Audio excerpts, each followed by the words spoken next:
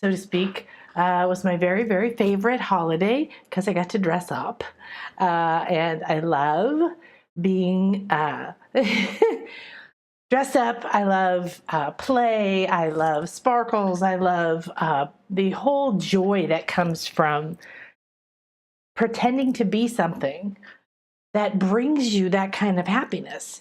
So then we get older and we're told we can't do that, and we go through all kinds of different pain. Have some copal, cleansing me, you, us, this path. And this is a sacred Mayan incense from a tree, and it has a great protective power. It clears and helps you see in the dark.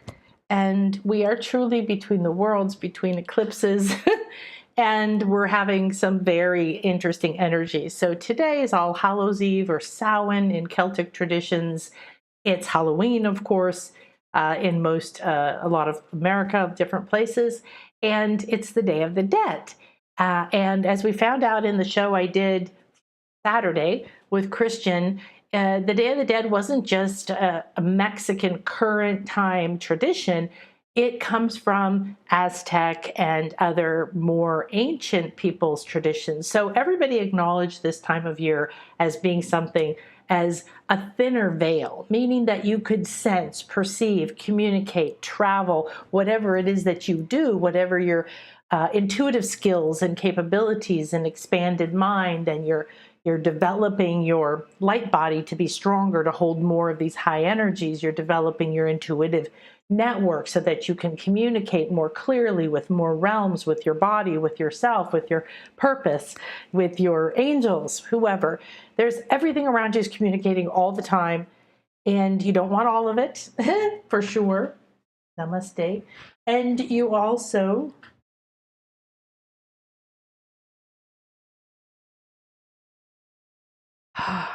very nice. You also want to know that you don't want every person in the world to know you or like you. You don't have that kind of capacity with your conscious mind, right? So in this beautiful, blessed time, it's common to feel heightened intuitive sense, heightened dreams, perhaps. Maybe you have more anxiety. I'm feeling a nervousness in the solar plexus for a lot of people. And what does that mean? It's because when you go from thinking about all the stuff you were told you should think about every day, like paying the bills and making sure you get everything done, and what did that person think, and when's the money going to come, and all of the different things that consume and distract you from these higher realms, from these subtle realms, from this part of you that's so magnificent, so enormous, so in tune, and came here encoded with the full potential. You came here on a fully funded mission.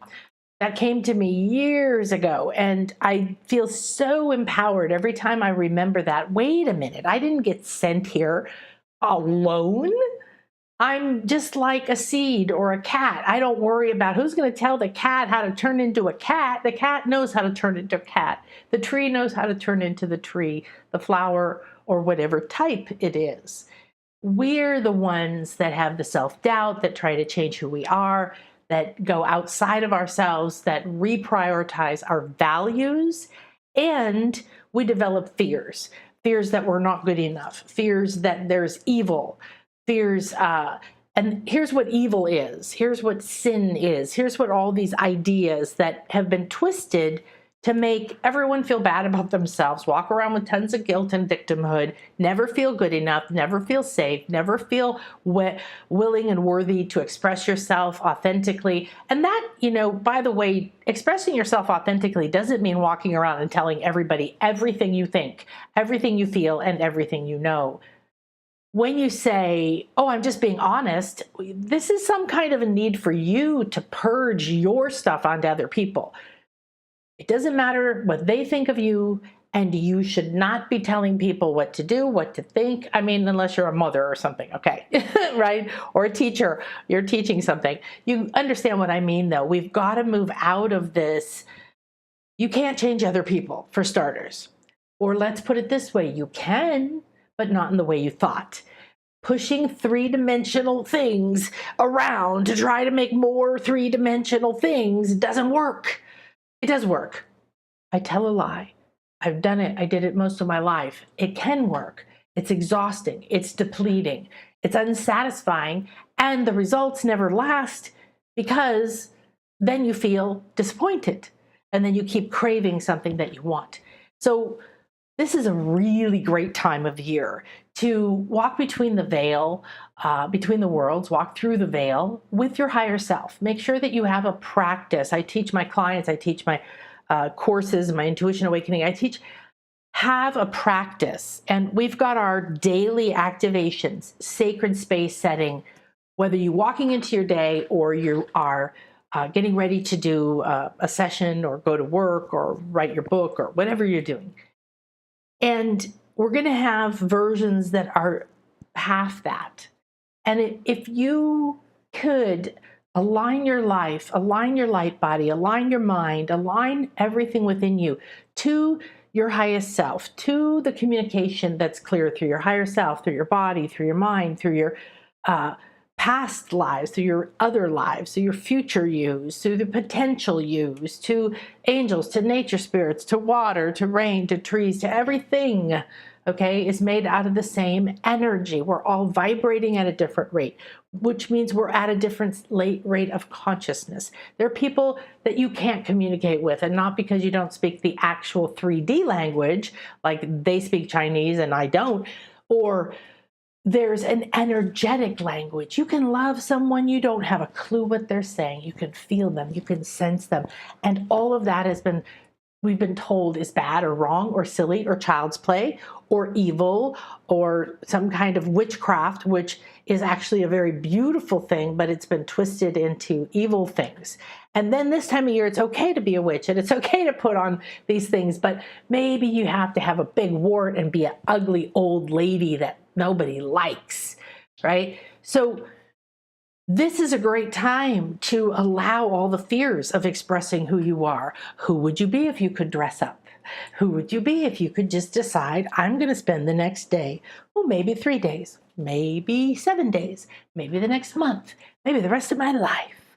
I am going to walk and talk and feel and stand and think and decide as if I'm a what? What do you like to be? I always like to be some kind of like a goddess, but not in a sense of powerful, but in magical.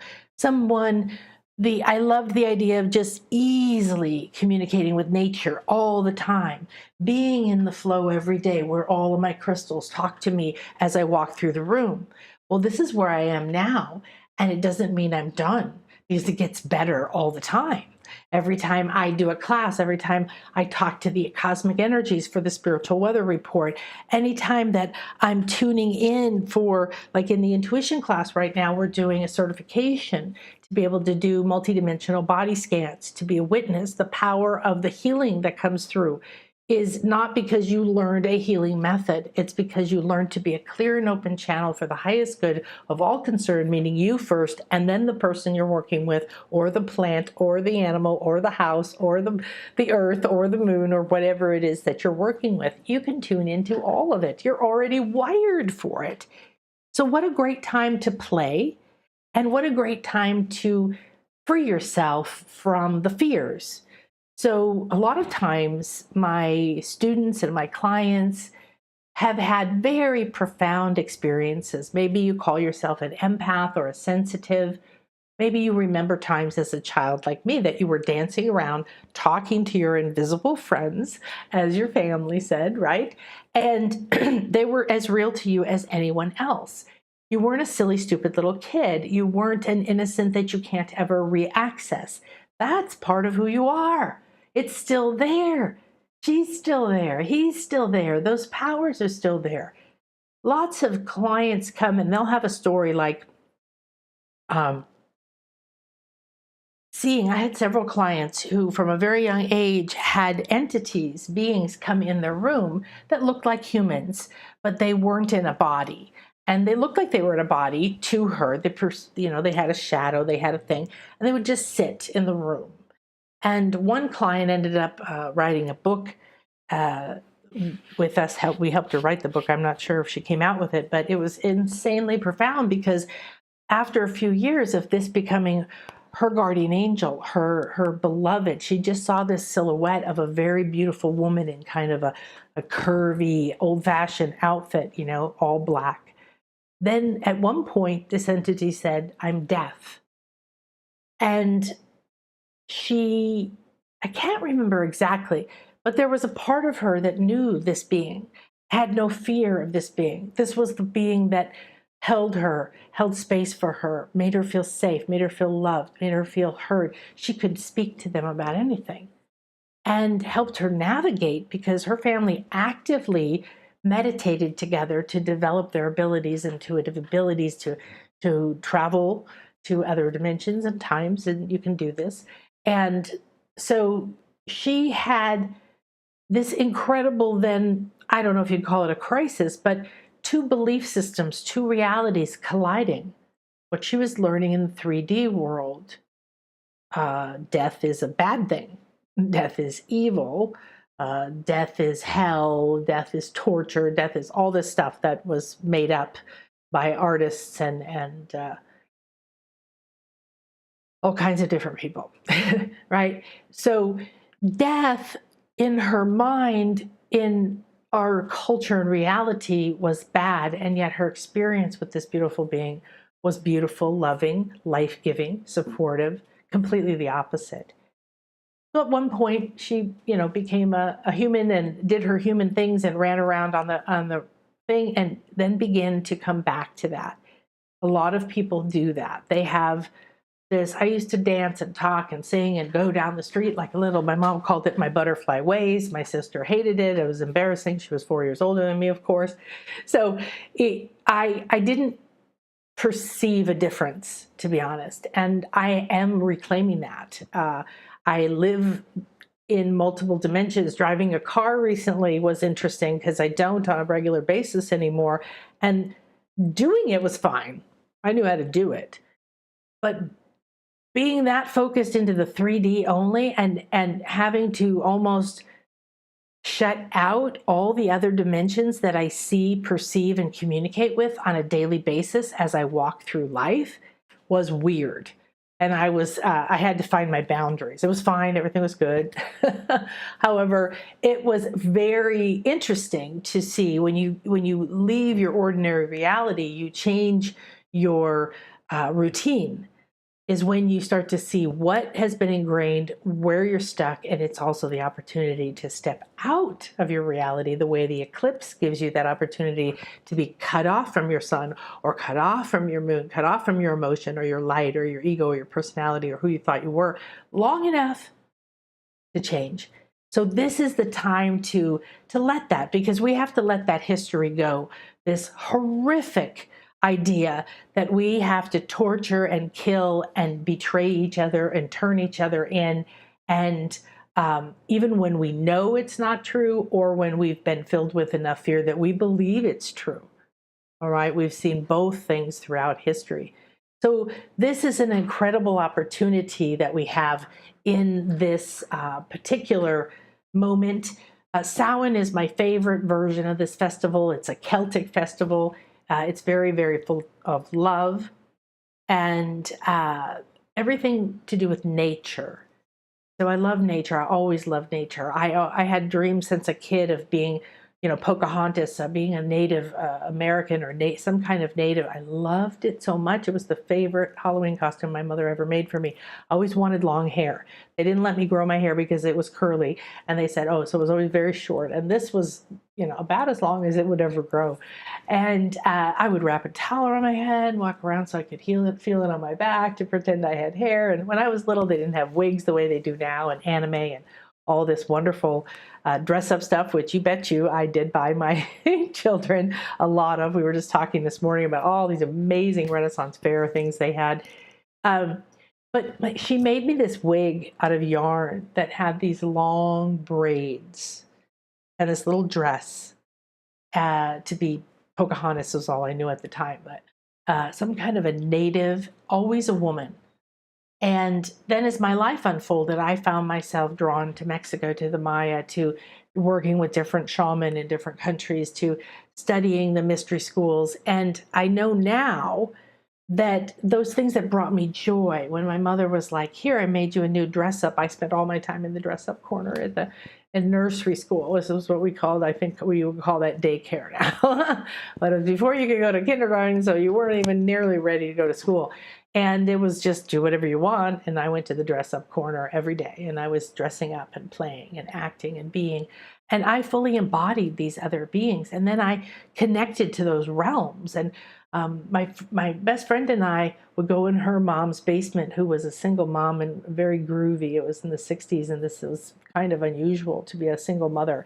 And she had a fish tank in the wall and paneling and the stacks of records, and we would put on her bell-bottom pants and we would go on dates. I liked Neil Diamond the most, but I was a little bit liked Bobby Sherman a little bit.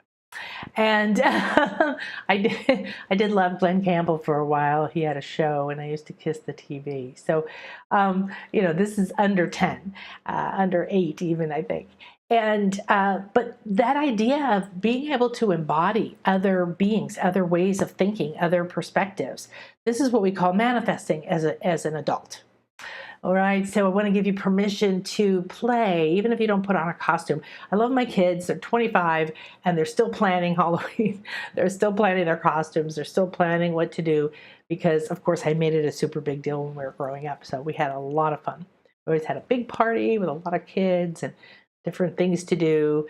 And we would walk in beautiful neighborhoods which had incredible decorations, and I would bring the energies into my house. So I want to introduce you to my daughter. This is my daughter, Jordan Ann. These are her ashes. And I have a beautiful carved wooden heart box for her. However, I left the U.S. 6 years ago, and just a few weeks ago. And I wanted her to come with me. So she's been coming with me, and this is part of my Day of the Dead altar. I do a dumb feast with her, which is where I sit, I give her food and me food, and I sit in silence and we talk, but we don't use our voices. And those are some of the traditions that I've picked up along the way. Also, our black cat guide today is Bast. This is an Egyptian goddess, and she is the ultimate healer. She is the one aspect of Sekhmet. If you're familiar with her, she's embodied a woman with a lion head and is often seen as embodying a lot of masculine energies, that roar, that ability to rip things to shreds.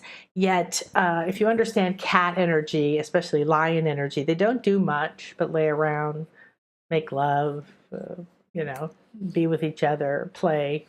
And then when they need to eat, they can hunt.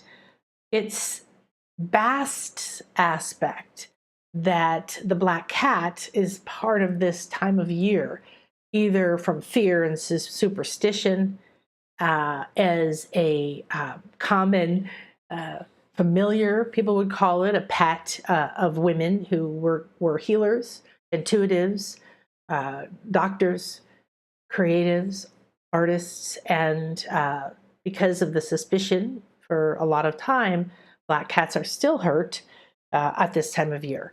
So our ability to accept that she embodies pure acceptance, divine feminine love, and healing is very important. I love this. It's just a cheap little thing.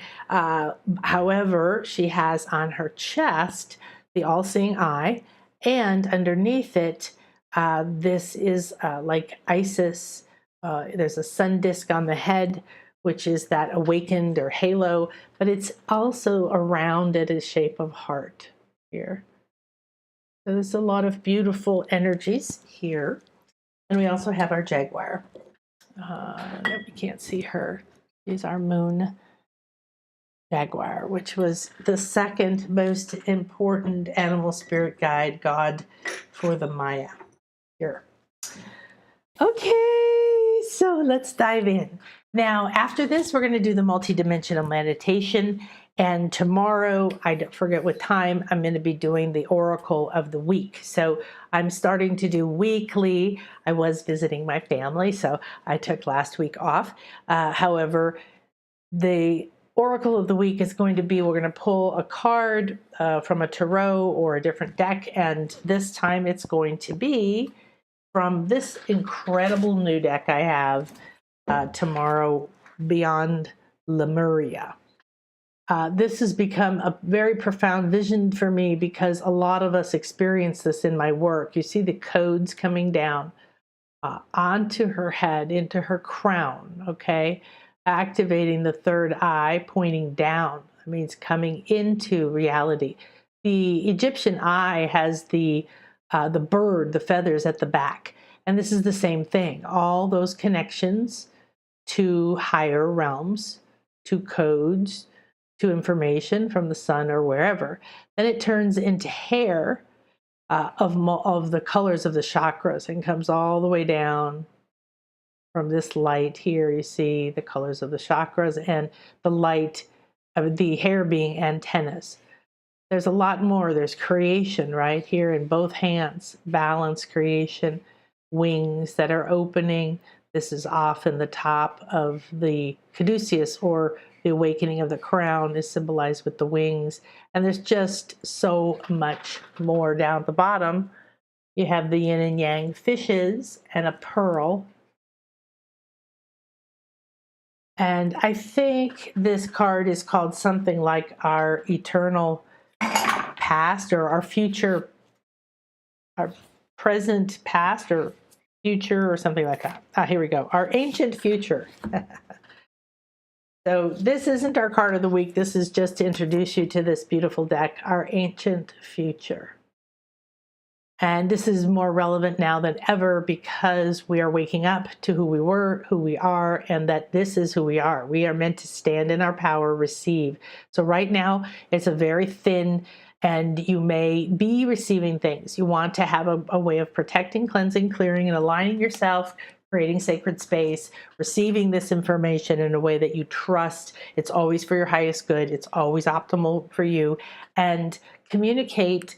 You don't have to necessarily go, well, my cat died or my mother died or something, and sit down and talk to them. You can if you want. You can acknowledge them. Christian gave a few ways of making some altars for Day of the Dead, but basically the tradition I see is you put a picture of someone up. You might put some food that they liked. One of my dear friends here puts a cup of hot coffee in front of his grandfather's because he loved coffee. I'm like, just the grounds? No, I make the coffee for him. Flowers are a very big deal. And anything else that you feel makes pretty. And you can communicate with any part of you, parts of you that you feel have died this year or this life, and you're ready to complete them. You can communicate with parts of you in the future and your guides, and many, many things are going to be much easier. Okay, so, all right, let's take a look. We've got November starting tomorrow, so we have a lot going on. Have a sip of my beautiful cacao. Welcome, welcome. So this is the Infinite Show, and I've had many, many, many shows for a long time. Excuse me. And the reason for this being the Infinite Show is that as I evolve and I teach and I see the patterns in people, because I work with so many people, that I feel like I'm in a flow. I'm constantly in a flow. This is right in front of my house in the summer when everything is super beautiful. And it's like sitting in the sea of abundance. When I sit out there, I look where I can't see anything like this, and I become one with the ocean. And I had a very profound ayahuasca journey a long time ago, and I was afraid of re-experiencing the pain of my daughter's death. And of course I did, but before that, I went through a lot of my fears. Then I went into pure bliss. I was seeing eyes and going in. It was amazing. All kinds of color. And as I entered this space, I became one with this sea, just like this. And I realized I'm not in it, I'm of it. And it was a sea of bliss. And I was there a long time, it felt like. And then Jordan came, and all the pain and all the hopes and all the fears of her came. And as the pain came up, as the complete devastation, as the lack of desire of living, all the things I had experienced when she died was coming onto me like little raindrops. So I was the ocean like you see here, but I was floating. I wasn't looking forward like this. I was looking up. I was floating in it as if I was one with it, which I was. And these little raindrops came and they were stinging. They were like little stabs with little knives. They were like sting or burn. Everyone was this pain and this fear and the emotion and the experience and the thoughts and the attachment and everything I had experienced through that, and the death of my belief system and all of the things that I was still carrying that were blocking me from becoming me, that were making me carry this pain. So it was painful. However, I was this enormous sea of bliss, and these were tiny little drops, bing, bing, bing, like a little stab, stab, stab, bing, bing, bing, bing, bing, of the pain of that. And it started to become like, oh, I can handle that. It's just because I'm 99.99999999999% bliss. And then the pain of what I still carried of that experience and the loss and everything I thought it meant got absorbed like an ice cube, and the water, they meet, they both come. One raises its temperature, one lowers its temperature until it becomes one. And that's what happened. The pain was so tiny compared to the massive bliss that I was. So I realized that we are the infinite, and we are infinite even in ourself.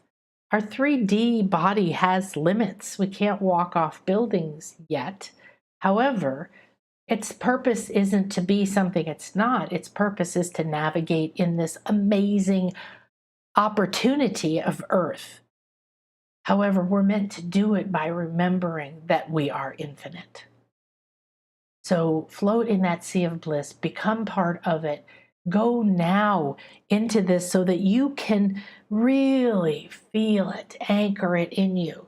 And then remember, when fear or pain or loss or lack happens, just feel it that way, absorb it, feel it coming into you, onto you, just like these little tiny drops. They may burn, they may sting. However, you are the sea of bliss.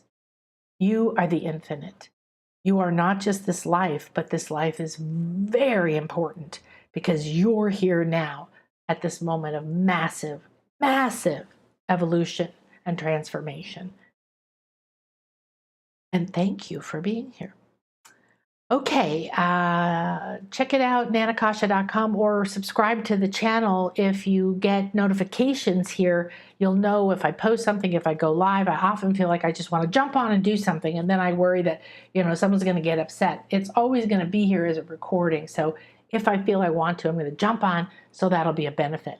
So today we're going to talk about what's coming in November and taking the Mars energy from war and fear into fearlessness, Samhain, or All Hallows Eve, or Day of the Dead, or this beautiful moment, and the energies that you're going to get to play with this week and going forward.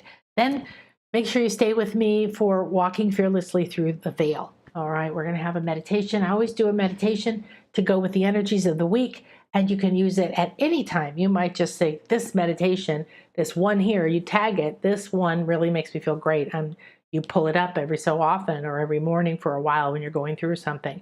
However, they are designed for this moment, so they're super powerful if you give yourself a chance to do them now.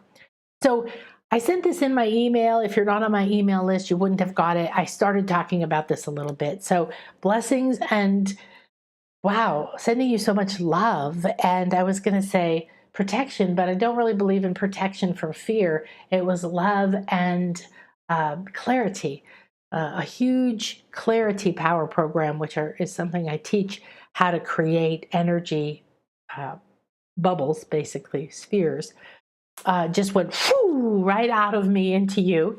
And it came from my upper right shoulder. So it's definitely got some Mars energy in there. We are having an incredible Mars experience. So I want you to start thinking about, instead of Mars meaning war and Mars meaning the violent masculine that we've seen of power over and lying and twisting the truth and taking misuse, that's the word, misuse of power. It's time for us to start to acknowledge, especially with Mars being so close to us right now in retrograde through till January. And guess what? It doesn't happen but every couple of years. So it's intense to have this energy. But you can see, where is it causing conflict within you, in your life? Where is it creating the sense of frustration? And you can turn that fear or that desire to attack or to avoid or to create conflict within or without. If you see that energy coming up, breathe into it and ask Mars, let's take you into the sacred masculine. Let's take you in to the sacred yang. What could you create with this strength? How could we change our perspective? Okay, so I already told you, please play with your intuitive senses, have mystical experience. I love this time of year because I could be me and nobody criticized me. So everybody's had some form of being told that you're not good enough, or you should be something else, or why don't you do this, or why aren't you that? And here's the thing, fine, you had the experience, it's over, you did get something from it, you may still be dragging it around, let it give you your gifts back. This is something I'm teaching my certification students, who starting next year will be able to offer you sessions, is that you don't just read what you see. You let it unfold and take you on a journey, tell you the story. You stay out of your way. And then whatever you find, you bring it into the next level of evolution. You move it to the next optimal step for you. So if you find the fear that's holding you back from speaking up in a session, and it's another life, or it's a belief about yourself, or then it's affecting a part of your body, you're going to see all the different ways that it is impacting you: physical, mental, emotional, spiritual, physical, financial, relational. And what happens is that then the healing is innate. It can happen. It is witnessed. It is seen. The self-identity relating to that is no longer needing to hold on. And when the energies are released from the mind and the body and the cells and the solar plexus and the throat chakra and wherever else these energies that have been holding you back in whatever way are held, they release themselves into the Earth Star. Your Earth Star chakra is below your feet. It is like an obsidian temple that takes all these energies, but instead of dumping them directly into Gaia, and she loves our crap, right? She composts it back into pure love and feeding food that's nourishing, right? However, we often have beliefs that hold on to stuff because, well, what if I need it later? And so you can let go of who you were. You can let go of playing the game of lack and fear and being tired and being overwhelmed and never having time to yourself or whatever else is happening, right? I used to walk in my own world. I used to talk to the fairies all the time. I had so many friends and elementals, and I was afraid of the ones that lived under my bed, but they were actually just a family of etheric crabs, and they just looked creepy. They weren't mean, though. So the power of that ability to completely immerse yourself in what if I didn't think this way about myself? What if I did think this way about myself? What if I contacted the timeline of the me that was Pocahontas and felt so happy and felt beautiful and felt connected to something she didn't understand. Or when I wanted to be, in ancient Greece, and I learned everything about it and I knew it when we went there. And no one had to tell me this is the Temple of Apollo. It was already in my cells. So if you release this and let your Earth Star, it pulls out all those dark negative energies and unserving thoughts and beliefs, and it leaves behind gold. It's like panning for gold. It leaves behind all of the gifts, the wisdom, the powers, the experience. You don't typically take, a baby or a 1-year-old and say, here is our sage, wise leader. Children have unique abilities. They don't have wisdom in the 3D world, and they don't have the experience this life. So we look to more of the elderly, but sometimes they lack the vibrancy or the openness or the fresh innocence of the child. You're here to bring all those parts of you together because they're not separate. They're like the sea of bliss. You're all the same. So even when I was a kid, this dream come true through dressing up, through my mother, who I found out later hates Halloween, but she did all this for me, never said a word. Isn't that sweet? These braids that I could wear. It was so empowering to be in my own world that way.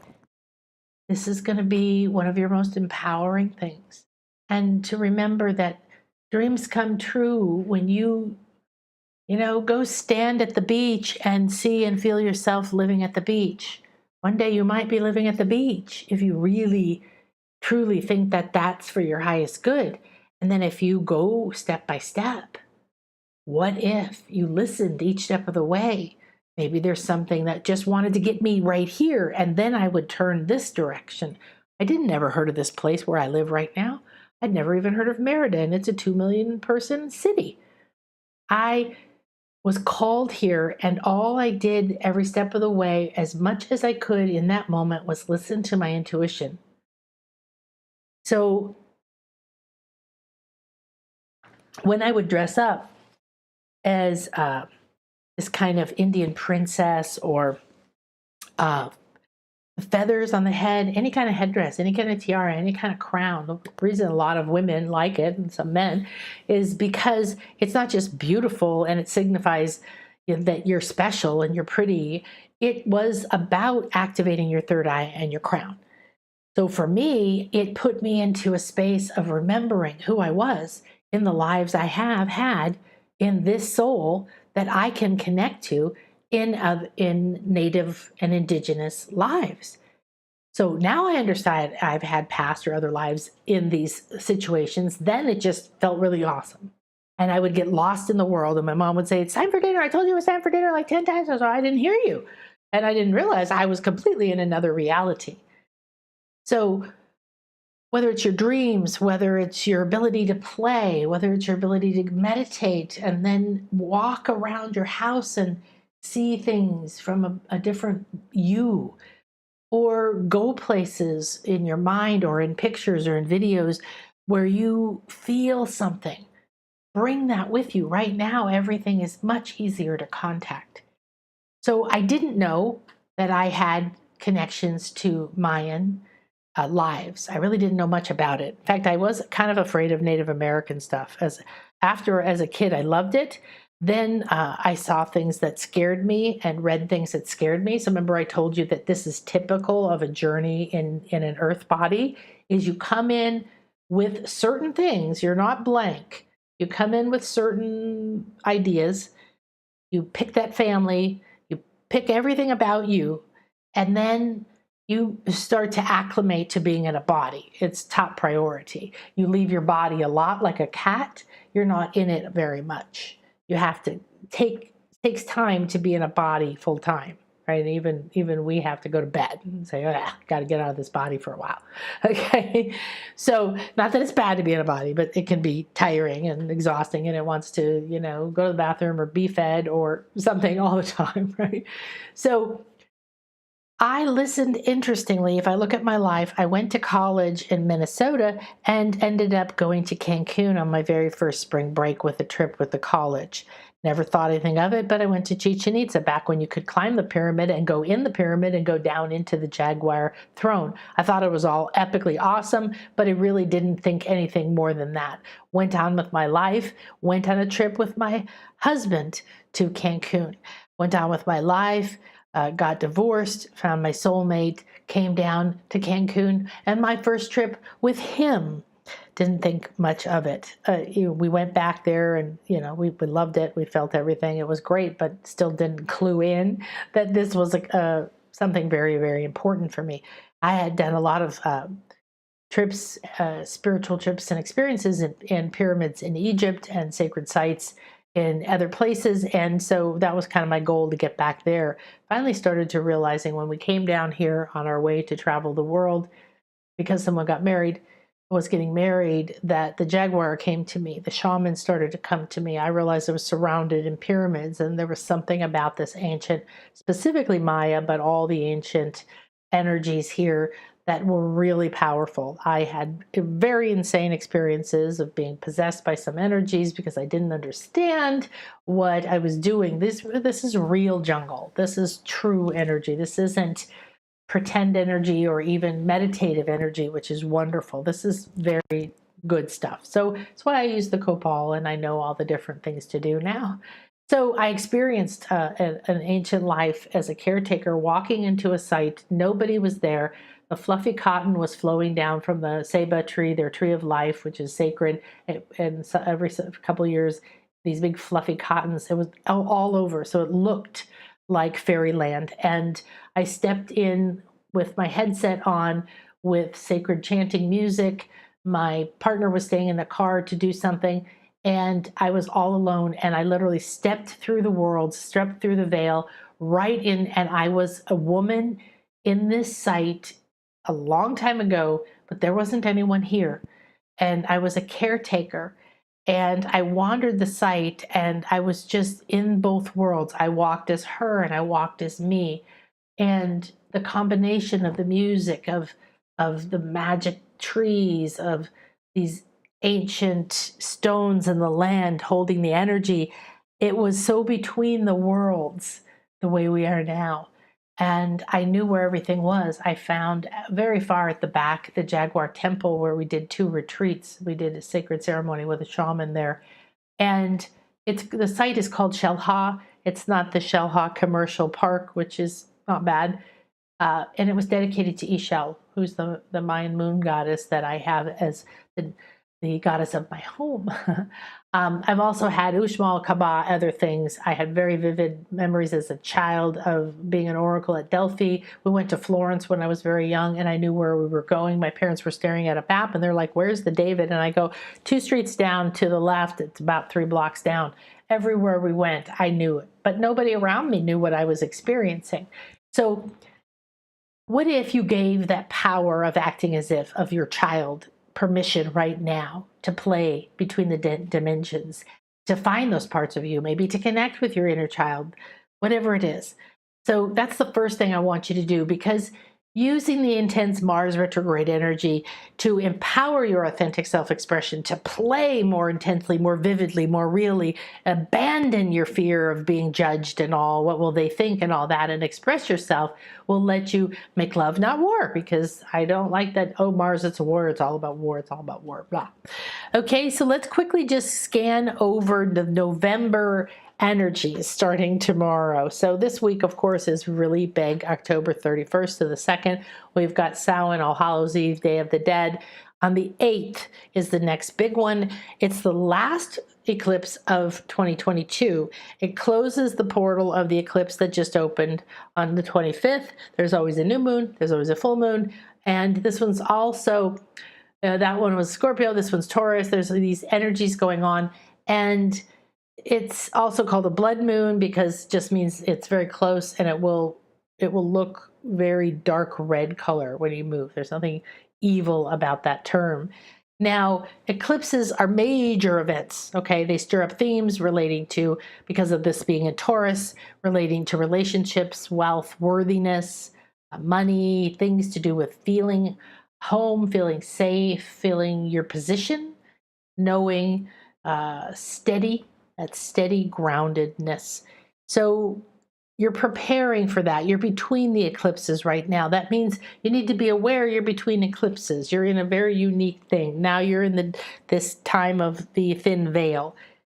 I have a client who woke up to her childhood skills, like we were talking about, after a session or two with me. And then she came into the Intuition Awakening class, and she started to immediately see and communicate very clearly with people who had passed on, like her husband's mother and people like this. Some she'd never met. She didn't tell anybody at first. Yet, even in the class, this was her gift. She immediately realigned with something that is already a gift that she had. And now she's developing her intuition so that she can keep expanding that gift in more ways and clear. So when you have a big shift like that, then you enter an eclipse.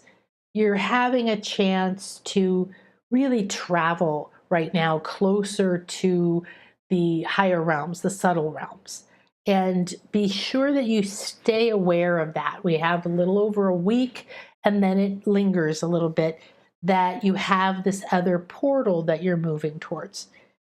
Also, on that day, there's an election in the US. Interesting. You might see, is it your birthday or is something else happening? And Mercury, who's our messenger, aligns with the sun. So the reason we look for that is that the sun is your ego. Some people say it's your personality, it's your light, it's your solar plexus, it's your willpower, it's your masculine energy, not completely, but it's that grow and sending out, light, flares, creating. So on the same day as we have a total blood full moon eclipse, what does that mean? It means your sun is overwhelming and blocking your connection to the moon. The one we just had, your moon overwhelmed and blocked our connection to our sun. These are shifts in identity.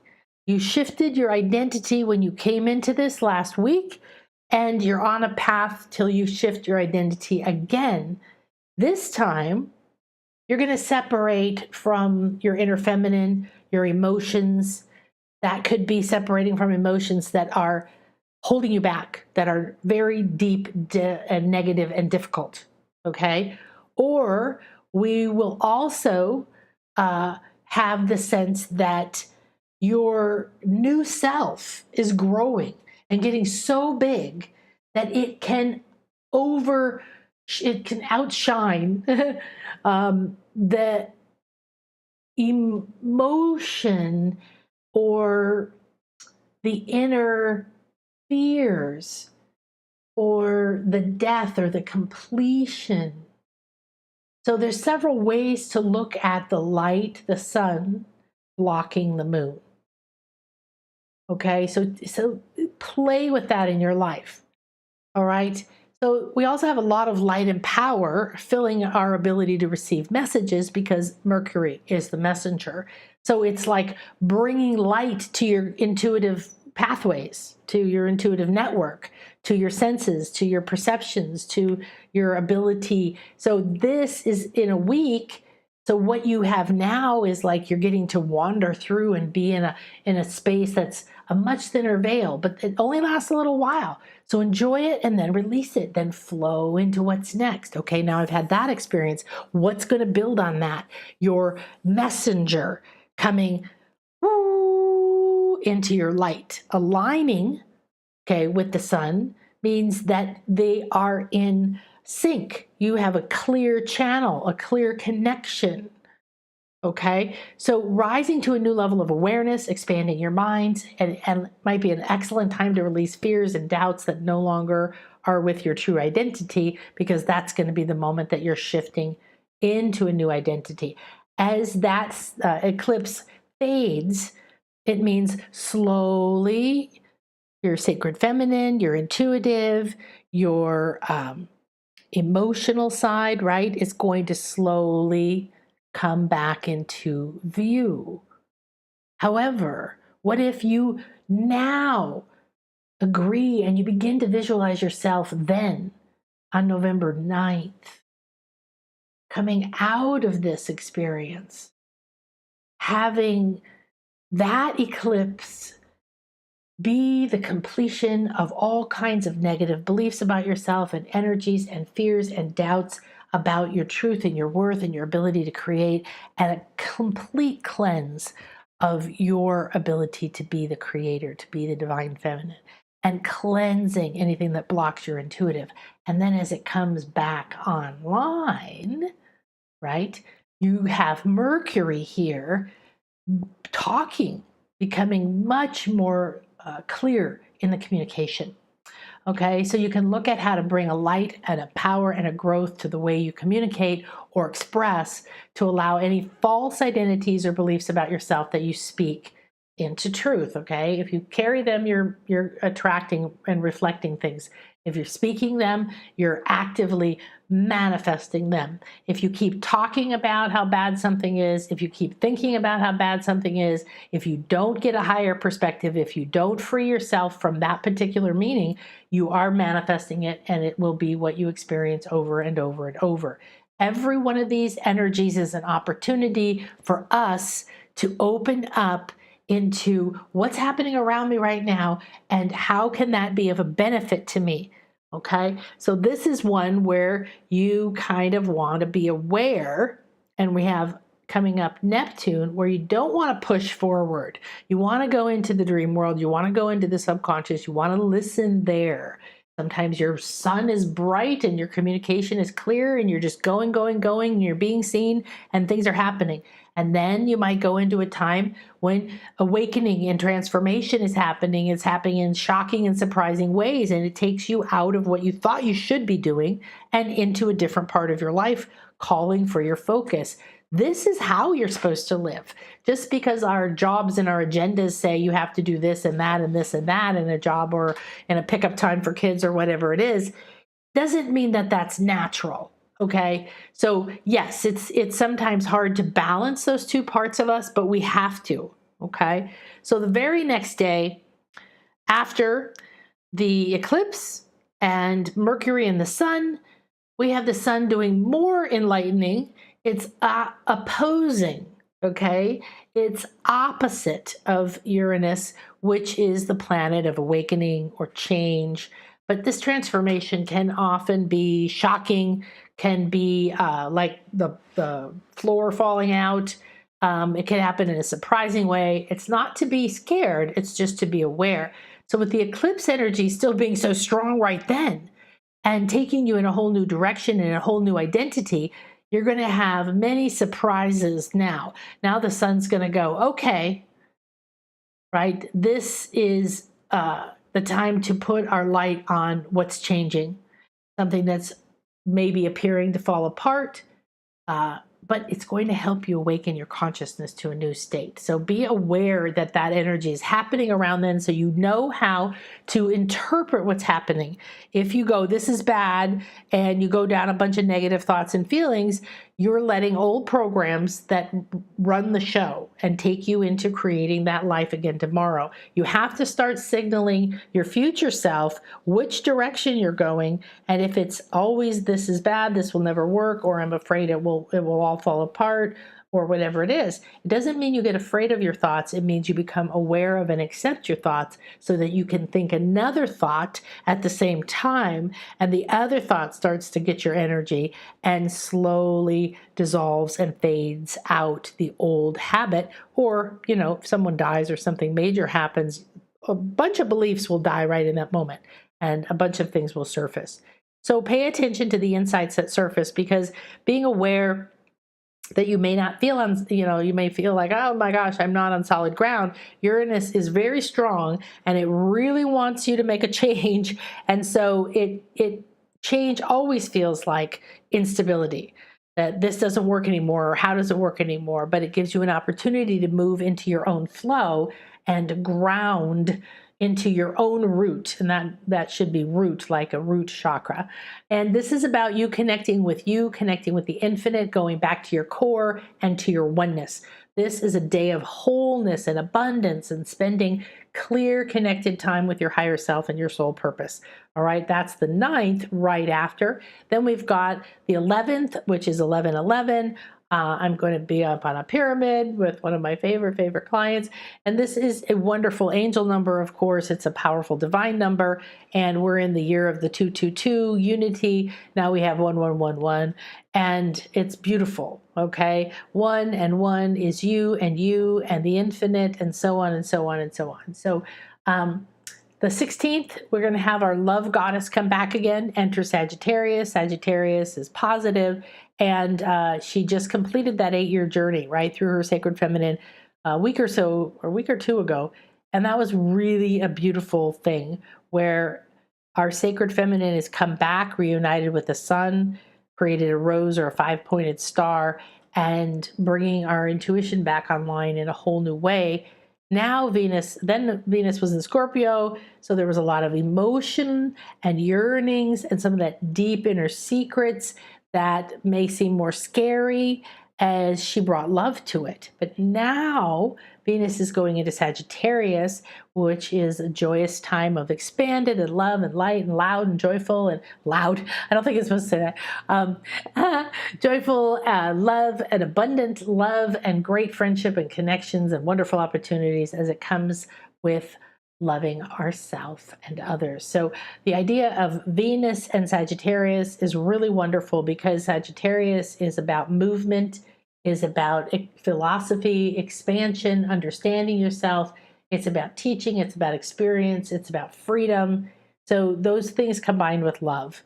Now, on the 19th, we already have Mars in retrograde, but it's going to do this thing where it squares off with Neptune. And Neptune always wants you to go within. So if you have the Mars energy saying, move, make it happen, you're going to get this cloudy, foggy kind of experience. So Mars wants you to go, conquer and do things and create things. And in this particular, right around this time, you're going to notice that you want to sit in the Mars retrograde. Let's say, let's just sit and watch. And remember, Mars is in your subconscious, so it wants to bring power and energy to things. So here you can bring the power and energy in this moment. Talk to your heart, look at your dreams, trust your intuition. Be careful of making decisions during this time, because you're not sure you're going to be clear. This is about deep inner communication and reflection. Then on the 22nd, Sag season opens, and then we're going to have a month of happy, joyful, partying intention. Okay, so we'll talk a lot more about it as we get there, but we're moving from a very powerful, deep water energy in Scorpio into fire energy, which is a light, playful, fun fire energy, but it's very different.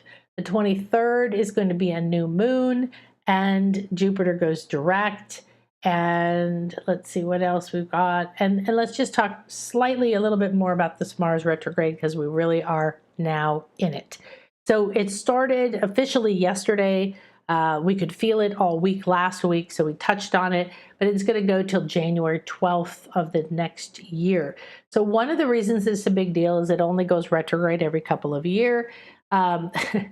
Mars is not bad action. It's about action. I speak these, I channel this stuff through and speak it into my phone. I apologize. It's about action. And this is that quintessential masculine energy sign. We saw that. Now, we saw the war and violence over the power. We know this misuse is coming to an end. We're raising our awareness across the board of saying, well, that's not okay anymore. So as we're coming out of it, it's our responsibility to bring loving, divine, sacred feminine, our intuitive side, that moon energy, that yin energy, that receptive energy. Receive, be loved, be seen, be cared for, be nurtured, so that you can then create life. All right, so combine these two together is a really beautiful thing. So I want you to pay attention when you feel overwhelmed with energy. If you have anger get triggered, emotions get triggered, if you feel frustrated because you're held back, I don't know what to do, I want to move forward, I'm sick of this, I've been doing this work forever, I've been doing this for so long. This is the message that's been coming through for at least 6 months, very strong. Stop waiting. Don't wait for your higher self to talk to you. Start talking to your higher self. All right. Don't wait for you to suddenly become enlightened. Stop doing all the things you've been doing, your favorite meditation and your routine. Interrupt your pattern. There's something new for you. Give yourself a graduation ceremony from whatever you've been doing and stand up, because you have moved to a new level of your conscious awareness of your divine evolution. I promise you, I don't need to know you to know this is happening, but what I see is a lot of people aren't aware of it, don't believe it, don't see it, and are afraid to accept that they can move on to something that maybe they haven't done it right or they haven't done it long enough, and none of that is true.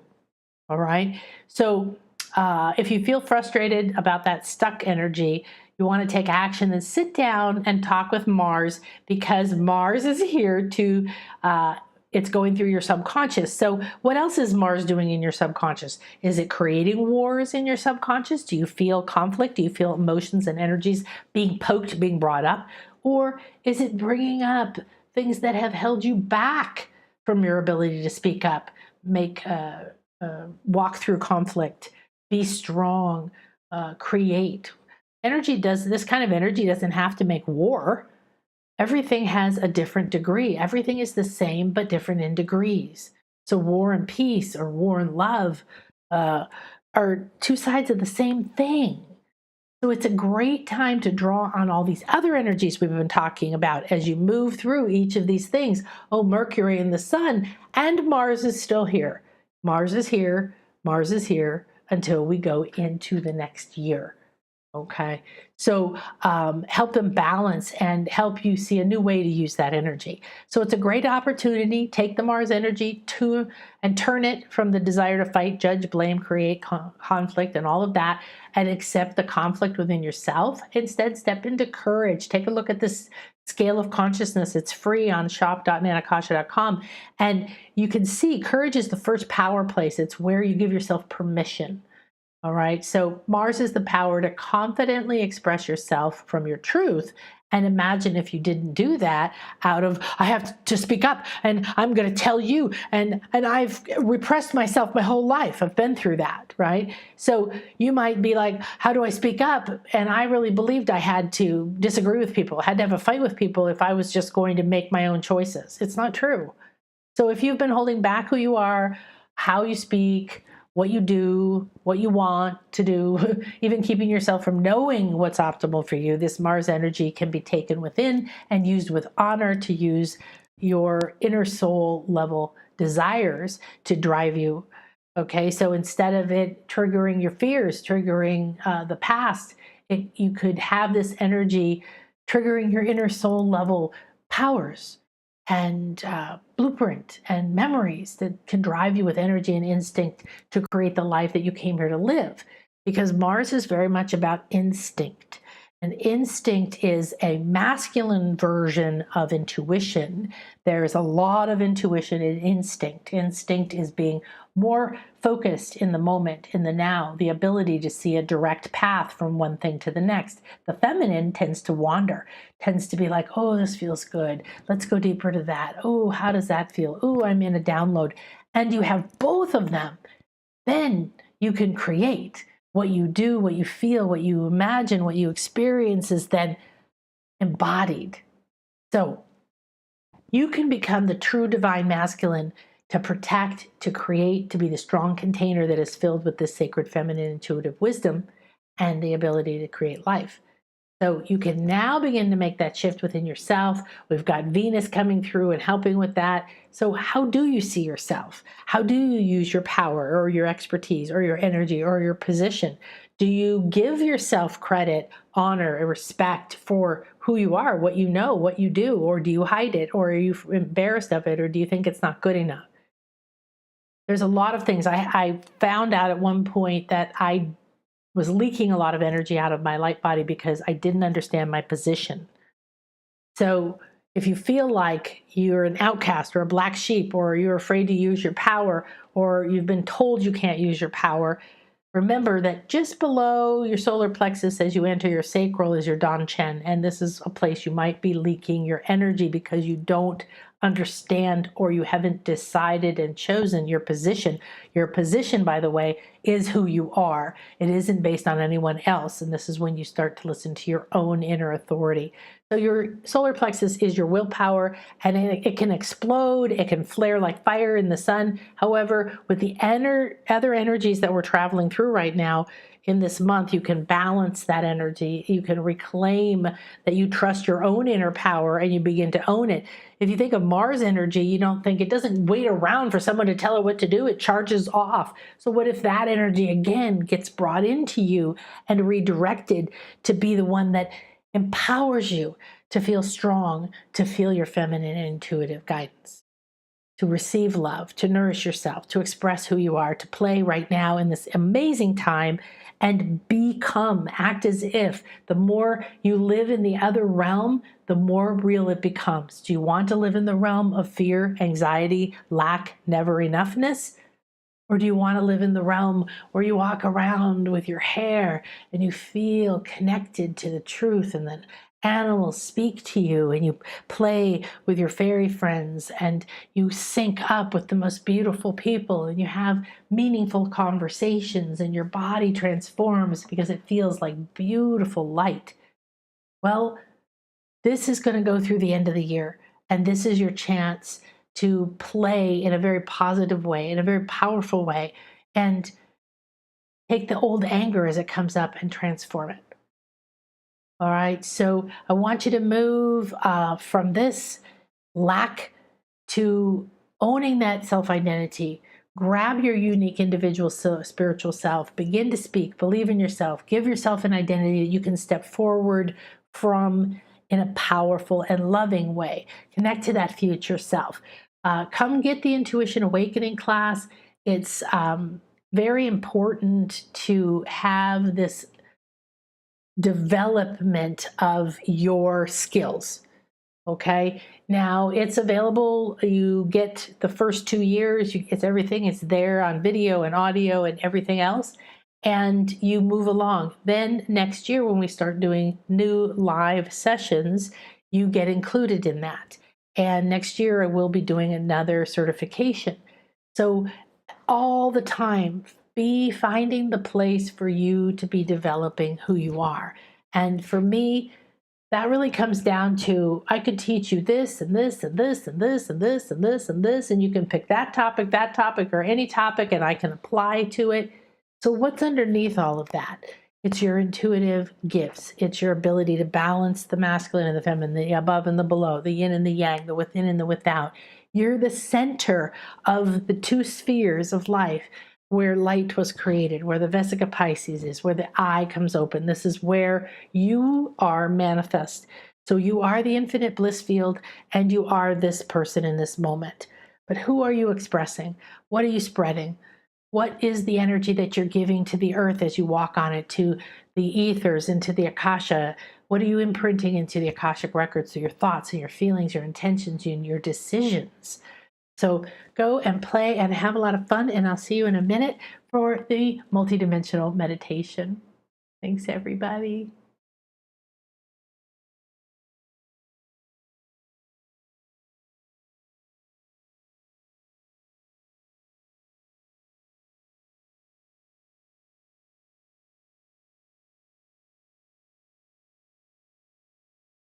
Mm-hmm.